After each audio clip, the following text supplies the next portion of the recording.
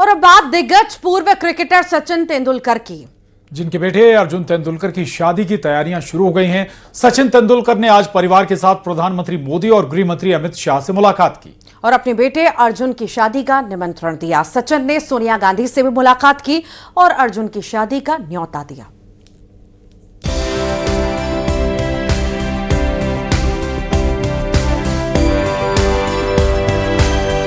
भारतीय टीम के पूर्व दिग्गज बल्लेबाज सचिन तेंदुलकर के बेटे अर्जुन और सानिया की शादी को लेकर कई दिनों से अटकलें चल रही थी, लेकिन अब खुद सचिन ने इस खबर पर मुहर लगा दी है। सचिन तेंदुलकर ने पीएम मोदी से मुलाकात कर उन्हें बेटे अर्जुन तेंदुलकर की शादी में आने का न्योता दिया। इस दौरान सचिन के साथ उनकी पत्नी अंजलि, बेटे अर्जुन, बेटी सारा और अर्जुन की मंगेतर सानिया भी मौजूद रहीं। सचिन तेंदुलकर ने परिवार के साथ पीएम मोदी से मुलाकात की फोटो सोशल मीडिया पर शेयर की। सचिन ने लिखा कि हमें अर्जुन और सानिया के विवाह समारोह में पीएम मोदी को आमंत्रित करने का सौभाग्य प्राप्त हुआ। इस युवा जोड़े को आपके आशीर्वाद और विचारशील सलाह के लिए मोदी जी को धन्यवाद। सचिन ने इससे पहले कांग्रेस के संसदीय दल की अध्यक्ष सोनिया गांधी से भी मुलाकात की। सचिन ने पत्नी अंजलि के साथ 10 जनपद पहुंचकर सोनिया गांधी को बेटे अर्जुन की शादी का निमंत्रण दिया। मीडिया रिपोर्ट्स के मुताबिक अर्जुन और सानिया की शादी के कार्यक्रम 3 मार्च से शुरू होंगे और मुख्य सेरेमनी 5 मार्च को होगी। अर्जुन तेंदुलकर की सगाई सानिया चंदोक के साथ हुई है। सानिया मुंबई के प्रसिद्ध व्यवसायी रवि घई की पोती हैं। घई परिवार हॉस्पिटैलिटी और खाद्य क्षेत्र में सुप्रसिद्ध है, जिसके पास इंटरकॉन्टिनेंटल होटल और आइसक्रीम ब्रांड ब्रुकलिन क्रीमरी का स्वामित्व है। अर्जुन और सानिया की सगाई एक निजी कार्यक्रम में हुई थी, जिसमें करीबी दोस्त और दोनों परिवार के सदस्य शामिल हुए। Bureau report, news 18। पिछले 9 दिन से लगातार राहुल गांधी एक किताब दिखाकर मोदी सरकार को घेरने में जुटे थे। सरकार ने लोकसभा के स्पीकर ने बार बार ये कहा कि जो किताब अब तक पब्लिश नहीं हुई है, सदन में उसका जिक्र नहीं होना चाहिए। लेकिन राहुल गांधी अपनी जिद पर अड़े रहे। पेंगुइन पब्लिकेशन ने ये साफ कर दिया कि जनरल नरवणे की जिस किताब का जिक्र किया जा रहा वो अब तक छपी ही नहीं है। इस बीच खुद जनरल नरवणे ने ट्वीट कर लिखा कि वो किताब अब तक छपी नहीं है, यानी कांग्रेस और राहुल गांधी जो कह रहे थे उसकी अब पूरी तरह से हवा निकल गई है।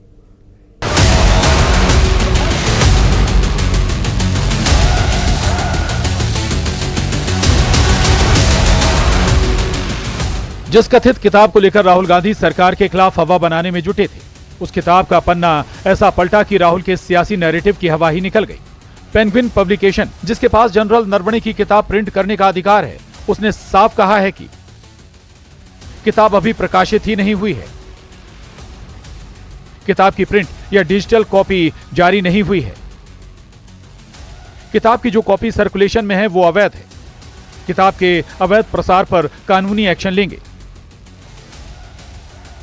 राहुल गांधी दावा कर रहे थे कि पेंगुइन पब्लिकेशन वाली किताब ही उनके पास है, लेकिन अब सारा खेल पलट चुका है, क्योंकि दिल्ली पुलिस ने भी इस मामले में एफआईआर दर्ज कर ली है कि आखिर ये अवैध कॉपी सर्कुलेशन में कैसे आई। पेंगुइन ने एक स्टेटमेंट जारी किया और जो लोग इस तरह की किताबें ला रहे हैं उसके ऊपर जो है हम कार्रवाई करेंगे, एक्शन करेंगे और जो भी उनकी रेमेडीज है वो करेंगे। इस पार्लियामेंट में आप किसी भी मुद्दे को गुमराह नहीं कर सकते। राहुल जी को लगता है कि खाता ना वही जो राहुल जी कहें बस वही सही। लेकिन अब राहुल गांधी नए प्लान के साथ सामने आए हैं। Manoj Naravane ji, it's a tweet that says, "Hello friends, my book is available now. Just follow the link. Happy reading. Jai Hind." So the point I'm making is, either Mr. Naravane is lying, and I believe the army chief. Okay, I don't think he will lie, or Penguin is lying. Somebody needs to. Both cannot be telling the truth. लेकिन ये दांव भी फीका पड़ गया, क्योंकि general Naravane ने आज पेंगुइन का बयान शेयर करते हुए लिखा है कि ये किताब अभी तक प्रकाशित नहीं हुई है। औपचारिक रिलीज पर ही किताब प्रकाशित मानी जाती है और ये ही मौजूदा स्थिति है। लेकिन आज संसद से एक हैरान करने वाली तस्वीर सामने आई। 4 फरवरी वाली तस्वीर तो सबने देखी थी कि कैसे कांग्रेस की महिला सांसद सदन में पीएम की सीट तक पहुंच गई थी। लेकिन इस पूरी घटना का अब एक नया वीडियो सामने आया है। इस वीडियो में साफ साफ दिख रहा है कि कांग्रेस की महिला सांसद न सिर्फ वहां पहुंची बल्कि और लोगों से भी वहां आने को कह रही थी। वीडियो में वहां कांग्रेस सांसद इमरान मसूद भी दिख रहे हैं जो सबको आगे बढ़ने के लिए कह रहे हैं। पास में ही केंद्रीय मंत्री पीयूष गोयल, अश्विनी वैष्णव, गिरिराज सिंह और सांसद निशिकांत दुबे हैं। गिरिराज सिंह और अश्विनी वैष्णव हाथ जोड़कर कांग्रेसी सांसदों से लौटने की अपील कर रहे हैं। इस पूरे घटनाक्रम को देखने के बाद दो बड़े बयान सुनिए।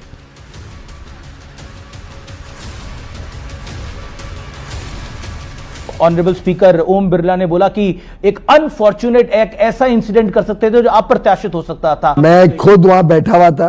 क्या हुआ था? इतना डरावना दृश्य था। 20-20 फुट के बैनर्स लेके और ऊपर चढ़ के 3 रो ट्रेजरी बेंचेस के ऊपर, यानी प्रधानमंत्री की कुर्सी को चारों तरफ से घेर के हम सबके ऊपर पता नहीं है लोग क्या हमला कर सकते थे।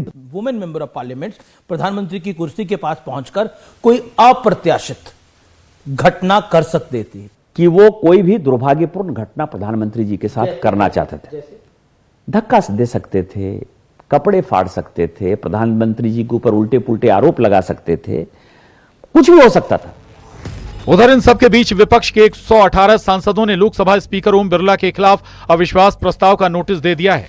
लेकिन मजेदार बात यह है कि इस प्रस्ताव पर नेता प्रतिपक्ष राहुल गांधी ने भी साइन नहीं किए हैं। वहीं टीएमसी ने भी खुद को इस अविश्वास प्रस्ताव से दूर रखा है। वहीं स्पीकर ओम बिरला ने फैसला किया है कि वो नोटिस पर फैसला नहीं होने तक सदन में नहीं जाएंगे। Bureau report, news 18। नमस्कार, बहुत बहुत स्वागत है आपका खबर असरदार। आप देख रहे हैं, मैं हूं आपके साथ ऋतु ज्ञानवानी। और खबर असरदार में आज सबसे पहले बात करेंगे उत्तर प्रदेश की। और आपको बता दें, योगी आदित्यनाथ की बात करेंगे जिन्होंने बाबरी मस्जिद का सपना देखने वालों को कड़े शब्दों में नसीहत दी है।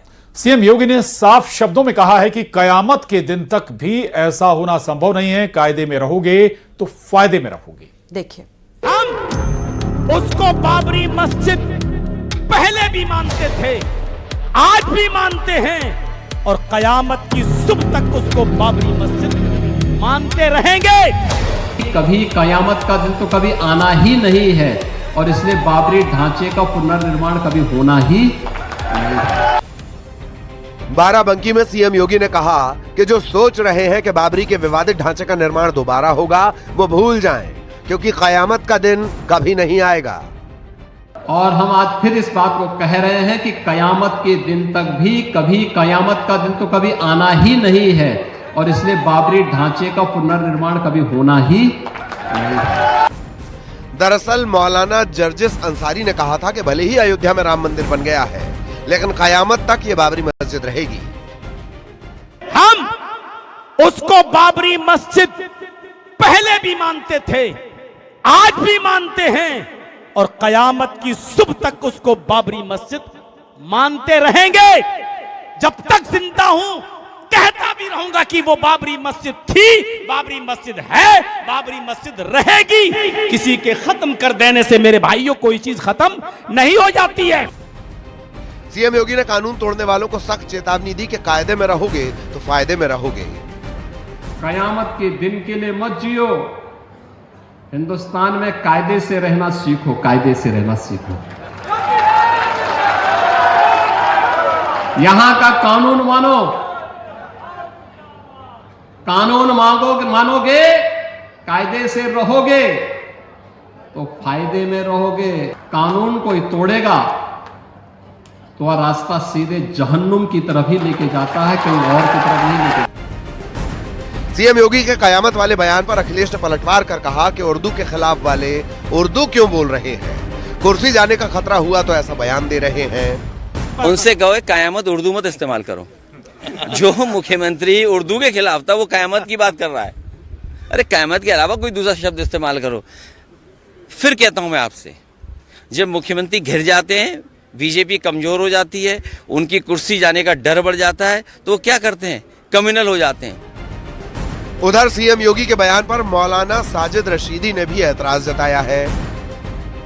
लेकिन ये जो बात कही उन्होंने कि कयामत तक ऐसा नहीं होगा, बाबरी मस्जिद का पूर्ण निर्माण नहीं होगा, मैं समझता हूं ये खुदाई दावा है और संविधान में भी ऐसा कुछ कहीं नहीं लिखा है कि बाबर के नाम पर कोई मस्जिद हिंदुस्तान में नहीं बनेगी। ये गैर संवैधानिक सी बातें हैं। वहीं अयोध्या के संतों ने सीएम योगी के बयान का समर्थन किया है। अगर योगी जी न्याय चाहते हैं तो जनसंख्या नियंत्रण कानून, समान नागरिक संहिता पर जोर दें जितना जल्दी हो सके। नहीं तो दुर्भाग्य है कि आज भारत में रह करके भी सर्वोच्च न्यायालय के बाद भी लोग जो है अभी भी बड़े बड़े संवैधानिक पदों पर बैठे हुए लोग, जैसे AIMIM के प्रमुख असदुद्दीन ओवैसी जैसे लोग माननीय सर्वोच्च न्यायालय के जजमेंट के खिलाफ कहते हैं कि वहां बाबरी मस्जिद थी, है और रहेगी। इस तरह का जो बयान दे रहे हैं इसको गंभीरता से लेने की भी जरूरत है। पश्चिम बंगाल के मुर्शिदाबाद में नई बाबरी मस्जिद के निर्माण को रोकने के लिए विश्व हिंदू रक्षा परिषद रैली निकाल रहा है। पोस्टर्स में लिखा है, हुमायूं हम आएंगे, बाबरी को गिराएंगे। Bureau report, news 18।